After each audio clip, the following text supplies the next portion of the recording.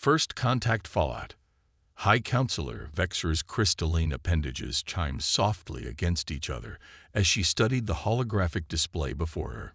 The massive chamber of the Galactic Concordat's emergency session sat in absolute silence, 300 representatives from across known space fixed on the same image. A sleek, gunmetal gray vessel of unmistakably human design. Confirmation arrived 6 standard cycles ago, she announced, her melodic voice carrying through the chamber. The vessel designated Hyperion crossed the outer rim boundary at coordinates 227 Mark 44. It has made no hostile actions, but it has not responded to standard hailing protocols either. A wave of worried murmurs swept through the assembly. In the 1,000 years since the Concordat had formed, unifying the peaceful species of the galaxy, they had never encountered humans outside their designated sectors. The ancient record spoke of a species that had somehow survived multiple extinction-level events on their homeworld, emerging stronger each time. A species that had turned their own solar system into an impregnable fortress after first contact with hostile aliens. High Counselor called out Ambassador Cole of the Meridian Collective, his bioluminescent patterns flashing with anxiety. The treaties are clear. After the Arcturus incident, humans agreed to remain within their space, and we agreed to respect their isolation. Their presence here violates everything. The treaties also mandate that we provide aid to vessels in distress, interrupted Sub-Commander Taylana, her scaled skin shifting colors as she spoke. As head of the Concordat's defense force, her words carried weight. The Hyperion's energy signature suggests severe damage to its primary systems. Whatever brought them here, it wasn't aggression. Vexra raised an appendage for silence as the chamber erupted in argument. The younger species, those who knew humans only through historical records and cautionary tales, demanded immediate military response. The elder races, who remembered the true histories, counseled patience. "We are not our ancestors," Vexra declared, her crystalline form catching the light. They feared humans because they did not understand them, because they saw their adaptability as chaos, their emotion as weakness, their determination as madness. We have evolved beyond such prejudices. She gestured, and the hologram shifted to show the Hyperion's current trajectory. The ship is headed toward the Centauri Deep Space Station. I have already dispatched our fastest diplomatic vessel to intercept. We will offer aid, as we would to any species in need, but we will also learn why they have broken their isolation. The universe is vast and full of threats we may not yet comprehend. Perhaps it is time we understood our neighbors better. As the council session adjourned, Vexra remained in her chamber, studying the sensor readings from the Hyperion. Something about the ship's damage pattern nagged at her consciousness. The burns and scarring didn't match any known weapon signatures in the Concordat's database, which meant either humans had developed radically new weapons or, High Counselor, her aide's voice interrupted her thoughts. The diplomatic vessel Starweaver has made contact with the Hyperion. They're transmitting now. The holographic display flickered, and Vexra found herself face to face with Captain Sarah Chen of the HSS Hyperion. The human looked exhausted, her dark uniform scorched and torn, but her eyes burned with an intensity that made Vexra's crystalline structure resonate in response. "High Counselor." Chen's voice was steady despite her appearance. "I apologize for our unannounced arrival in your space, but we had no choice. We've encountered something out there in the dark between galaxies, something that makes our old conflicts seem like children's games. We need your help, and I think you're going to need ours." The captain's image flickered, and for a moment, Vexra caught a glimpse of the Hyperion's bridge behind her. The scene made her inner light dim. Crew members from multiple species worked alongside humans at various stations, species that weren't part of the Concordat, species that shouldn't even know about Earth. "Show me," Vexra said simply. Captain Chen nodded grimly and began transmitting sensor logs. As the data streamed in, Vexra understood why the humans had broken their isolation. The threat they had discovered would make the galaxy's fear of humanity seem quaint by comparison. The question was, could ancient enemies become allies quickly enough to face it? The High Counselor's crystals chimed a somber tone as she prepared to notify the Council. The galaxy was about to remember why humans were feared, but perhaps they would also learn why humans might be exactly what they needed to survive what was coming. The enemy of my enemy. The display chamber of the Centauri Deep Space Station hummed with tension as Captain Chen's sensor logs played out before the assembled Concordat leadership. The holographic projection showed vast swarms of crystalline structures, each the size of a small moon, moving with impossible precision through the void between galaxies. We first detected them 3 months ago, Chen explained, her voice tight. They appeared at the edge of our long-range sensors, moving faster than any natural phenomenon should allow. At first, we thought they might be some kind of cosmic debris, but then we saw them change direction. All of them. Simultaneously. High Counselor Vexera watched the recording as the crystalline structures suddenly pivoted as one, like a flock of starlings executing a perfect aerial maneuver. Coordinated movement suggests intelligence, she observed, but we've never encountered anything like this. Neither had the Nomad Collective, Chen said quietly. The human captain touched a control, and new images appeared, ships of unfamiliar design, sleek and organic-looking, fighting desperately against the crystal swarm. We found them 6 weeks ago, or what was left of them. They were a species of space-faring nomads from the Andromeda galaxy, fleeing from these things. They called them the Harvesters. The assembled aliens watched in horror as the recording showed the crystal structures surrounding a nomad vessel. Beams of energy that seemed to defy physics lanced out, not destroying the ship but changing it.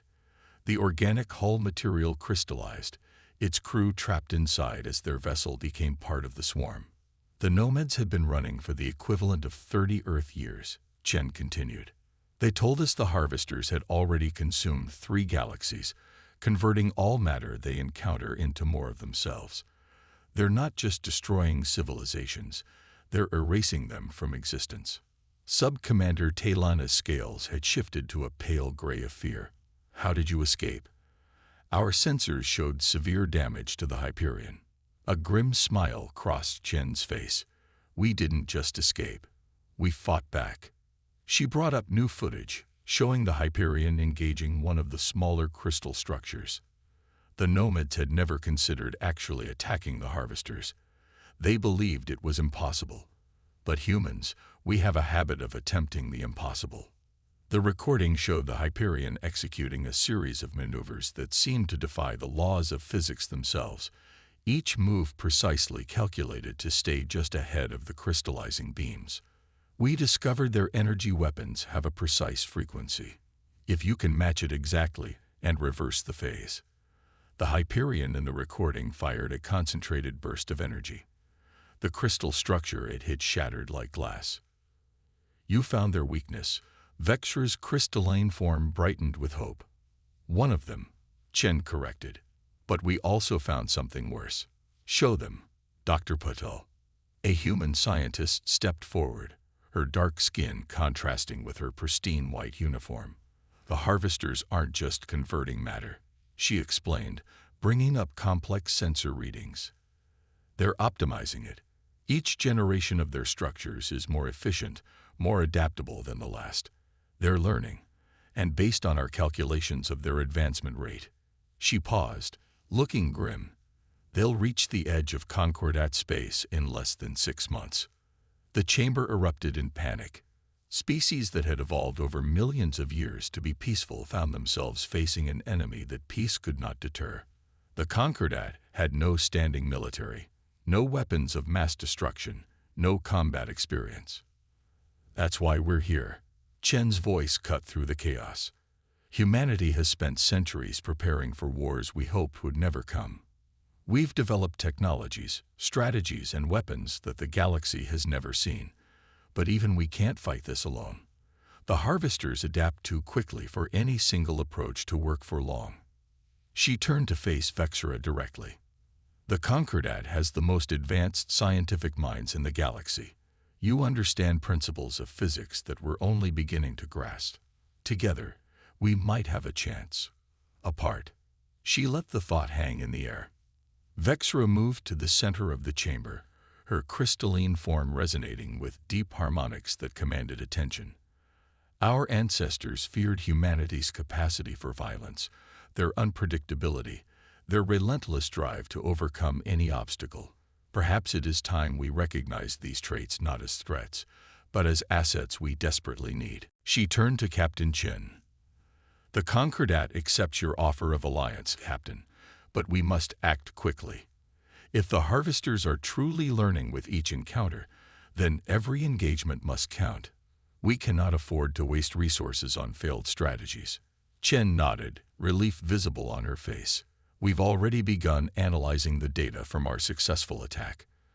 Dr. Patel has a theory about using the Concordat's quantum field technology to enhance our phase-matching capabilities. Then let us begin, Vexra declared.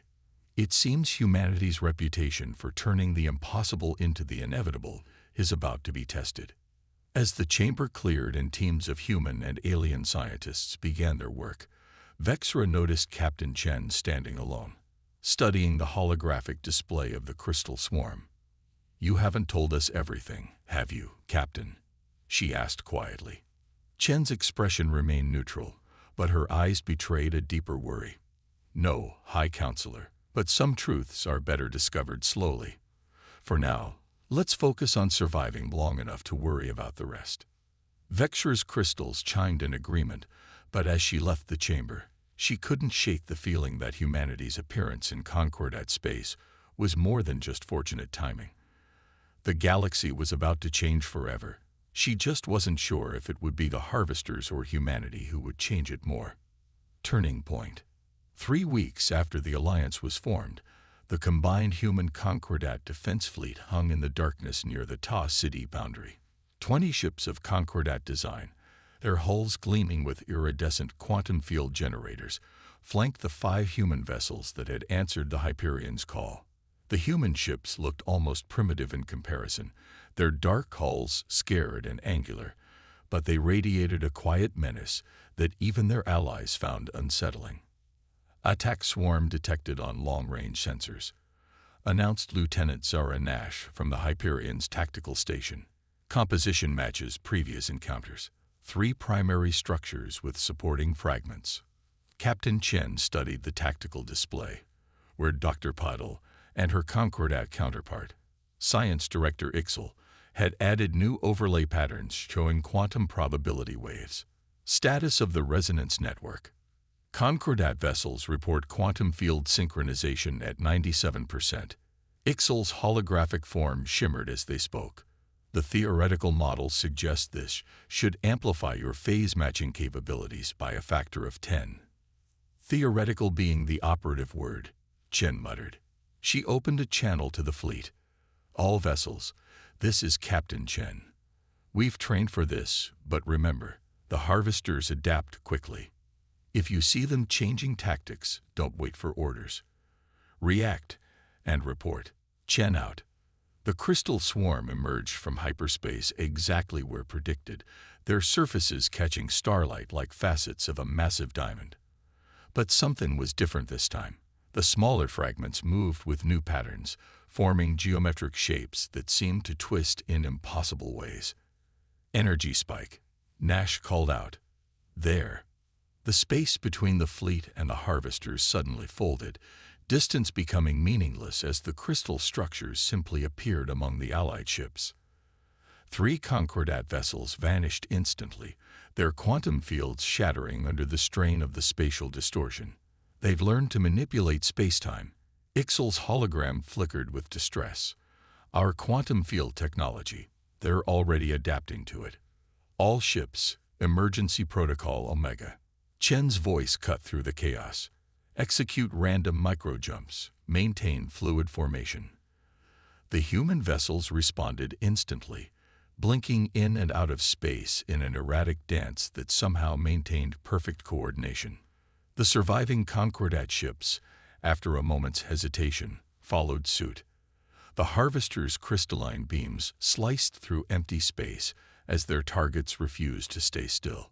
"They're not just adapting to our technology," Dr. Paddle said, her hands flying over her console. "They're improving on it. The spatial distortions they're creating are more efficient than anything we've theorized possible." "Then we change the game," Chen responded. "Ixel, can your quantum fields be modified to generate interference patterns?" The alien scientist hologram brightened with sudden understanding. Yes, if we modulate the fields at precisely the right frequencies." "Do it," Chen ordered. "All Concordat vessels, prepare to execute quantum field modulation on Science Director Ixel's mark. Human ships, stand by for attack pattern Sierra 9. The space around them began to shimmer as the Concordat vessel's quantum fields shifted, creating a complex web of intersecting probability waves. The harvester's spatial distortions began to waver, their perfect geometric patterns breaking down under the quantum interference. "Now," Chen commanded. The human ships surged forward, their weapons already adjusted to match the phase of the destabilized crystal structures. But instead of firing directly at the harvesters, they aimed at the space between them. The effect was devastating. The phase-matched energy bursts, caught in the quantum interference pattern, replicated themselves across probability space. Each shot existed in multiple quantum states simultaneously, becoming dozens of attacks from dozens of possible angles. The smaller crystal fragments shattered first, unable to adapt quickly enough to the quantum probabilistic assault. The larger structures tried to compensate, their surfaces rippling with new patterns, but the attack offered too many possibilities to counter effectively. "Primary structures showing signs of systemic failure," Nash reported, excitement creeping into her professional tone. "Their spatial distortion fields are collapsing." The battle ended quickly after that. The remaining harvester structures, unable to maintain cohesion under the quantum probabilistic bombardment, broke apart into clouds of inert crystal shards. The combined fleet had won its first major victory.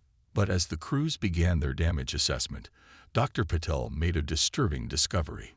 "Captain," she called out, her voice tense, "I'm detecting unusual energy patterns in the crystal fragments. They're still active at a quantum level. And the patterns, they're changing. They're still adapting," Ixel's hologram concluded grimly.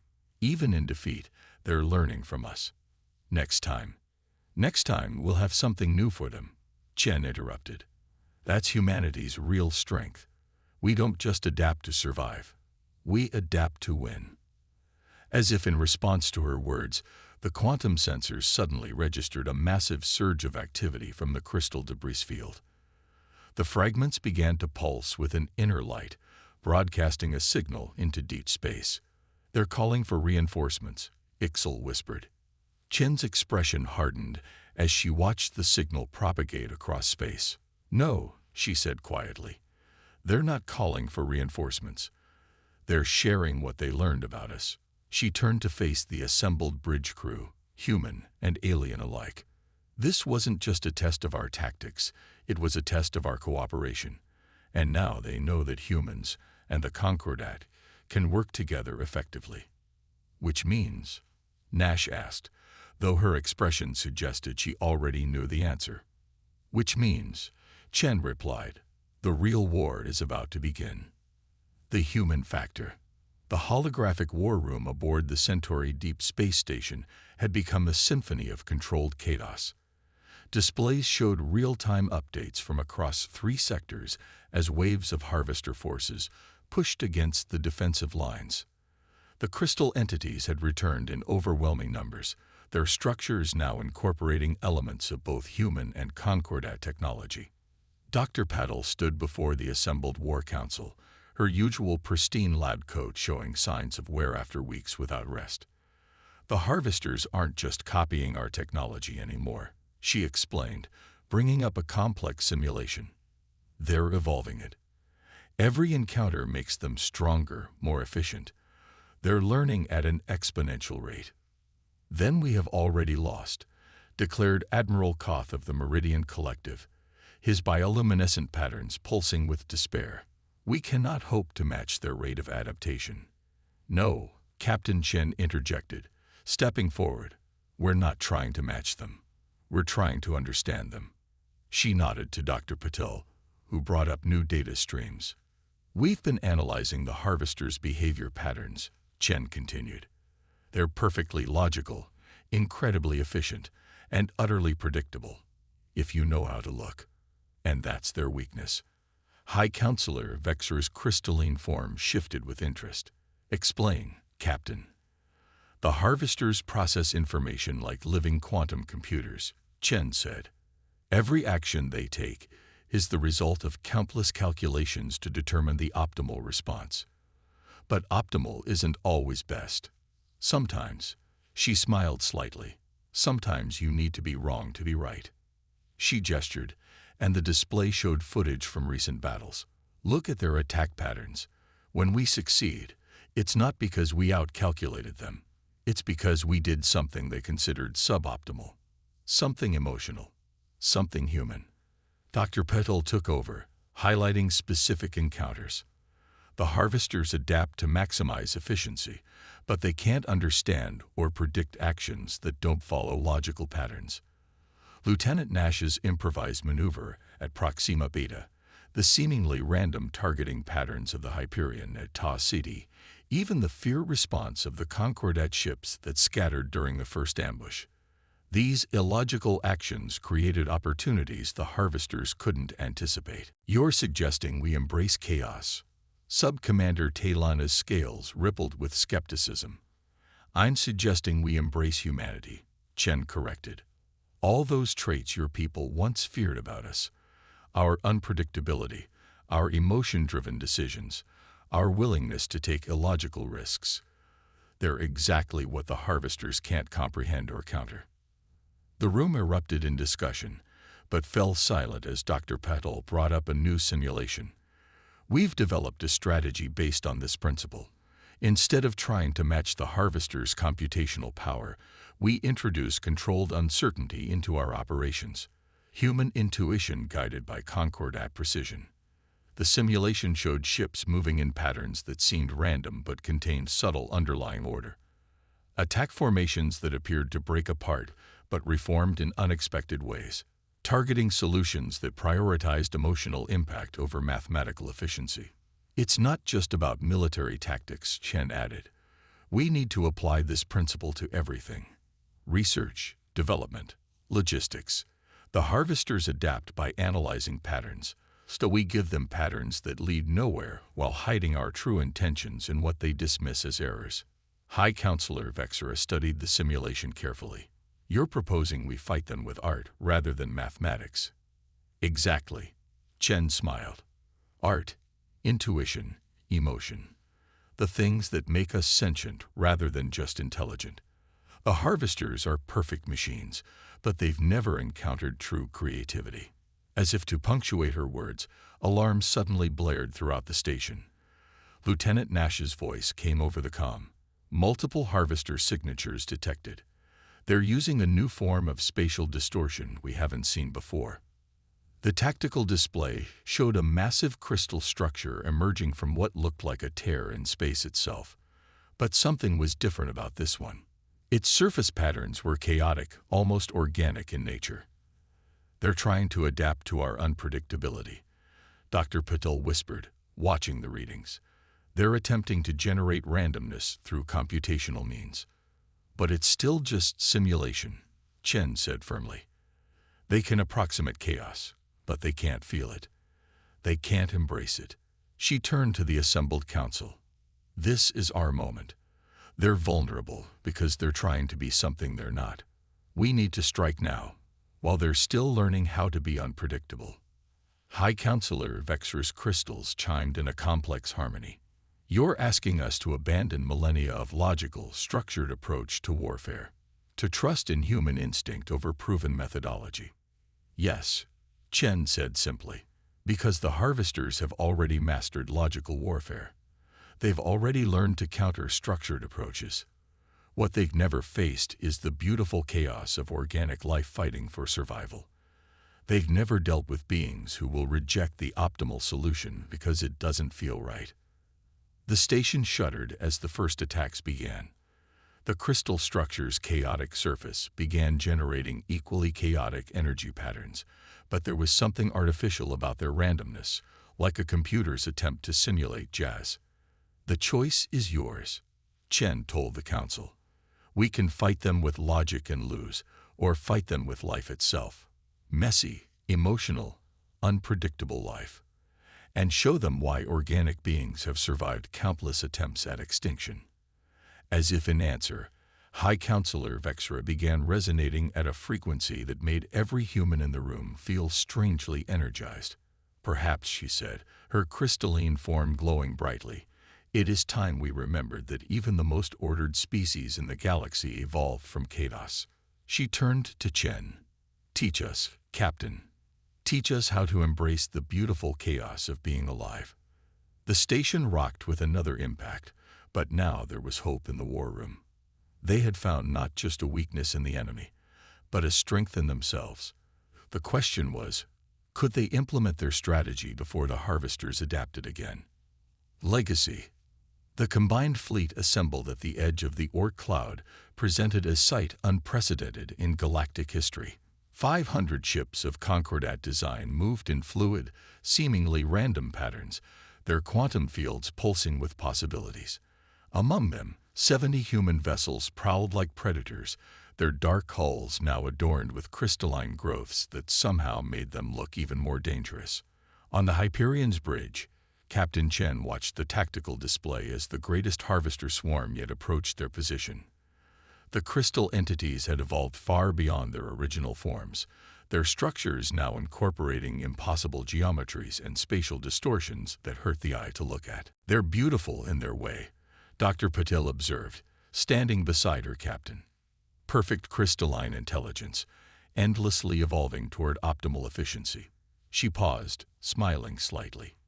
"It must drive them mad that they can't predict us."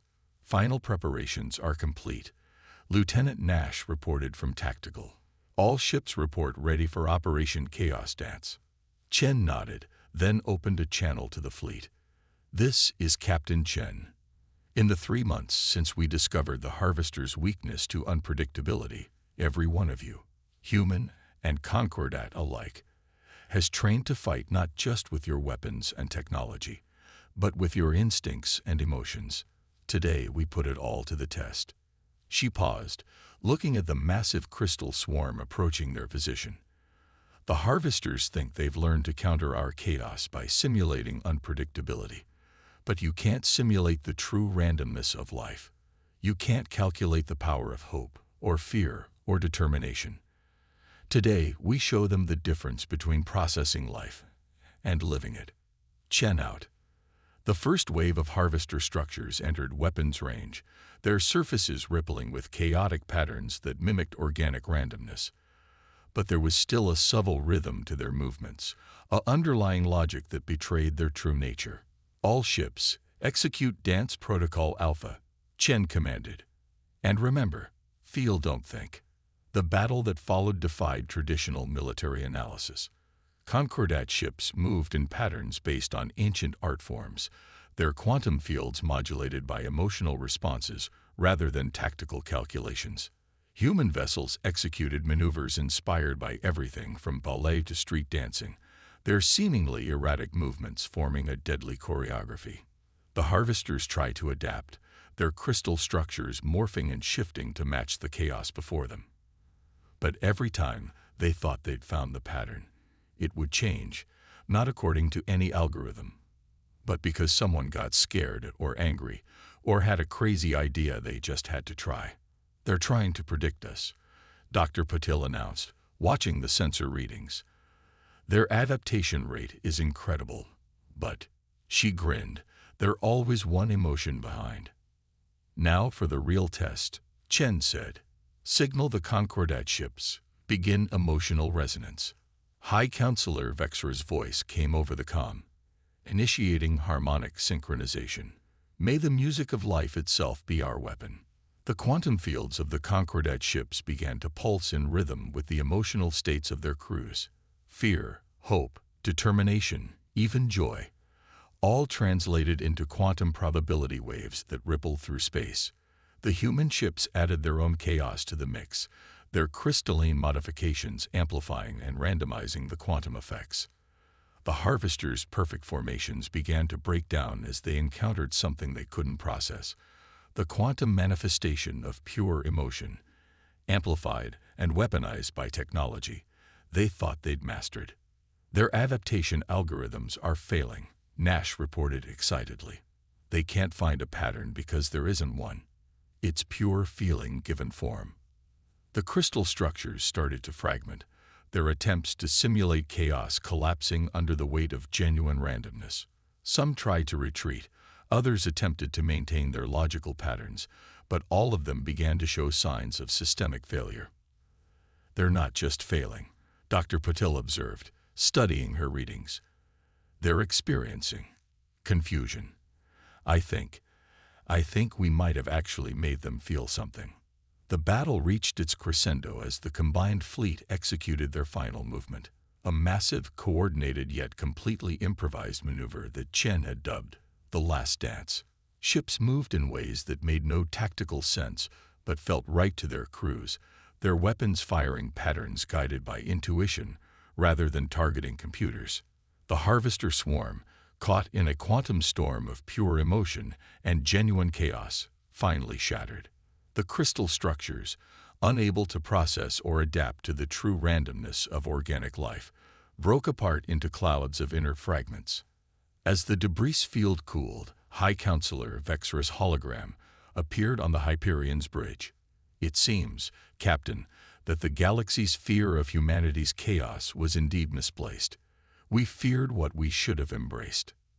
Not embraced, Chen corrected gently. Balanced. Logic and emotion, order and chaos, technology and instinct. That's the true strength of sentient life. The Harvesters failed because they couldn't understand that perfect efficiency isn't perfect life. And what of humanity? Vexra asked. Will you return to your isolation now that the threat is past? Chen looked around her bridge, at the humans and aliens working together, at the technology they'd created by combining their strengths. I think that particular dance is over, High Counselor. The galaxy's a lot smaller than it used to be, and we all have much to learn from each other. As the fleet began recovery operations, Dr. Patel made one final discovery in the Harvester debris. Captain, she called out, I'm detecting quantum patterns in some of the fragments. They're different from before, not trying to adapt or evolve, just preserving information. What kind of information? Chen asked. If I'm reading this correctly, Patel said slowly, they're recording everything that happened here. Not just the tactical data, but the feeling of it, the chaos, the emotion, the life of it all. She looked up at her captain. I think in their final moments, we taught them something they never expected to learn. And what's that? Vexra asked. Chen smiled, watching as human and Concordat ships worked together to secure their hard-won peace. That true perfection isn't about being flawless. It's about being perfectly, beautifully alive.